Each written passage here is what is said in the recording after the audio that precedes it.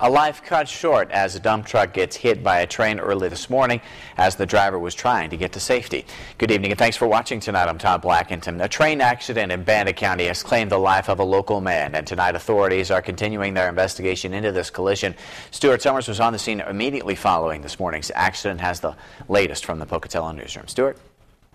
Good evening, Todd. Authorities say this morning's railroad accident happened when a railroad crossing arm came down across the front of a dump truck, and the driver of that truck got out and was attempting to lift the crossing arm off his vehicle. He was attempting to get himself out of the area when he was struck by the train, which was traveling southbound. Just before 8:30 this morning, emergency crews responded to the railroad crossing at Fort Hall Mine Road just off Interstate 15. Authorities say that 41-year-old Jimmy Keith Wilcoxon of Pocatello was driving this PSI Waste Systems dump truck. According to witnesses, Wilcoxon was standing on the running boards of his truck attempting to remove the crossing arm when the train struck the front of his vehicle. Idaho State Police say Wilcoxon's vehicle was then flipped counterclockwise around the front of the train by the impact and came to rest on the opposite side of the tracks. The 41-year-old was pronounced dead on the scene.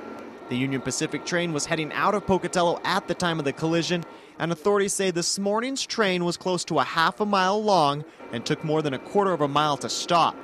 The Idaho State Police wants to remind drivers this evening to always look out for trains and to stop for flashing lights and crossing arms. They say precautions are in place to avoid tragedies like this morning's accident.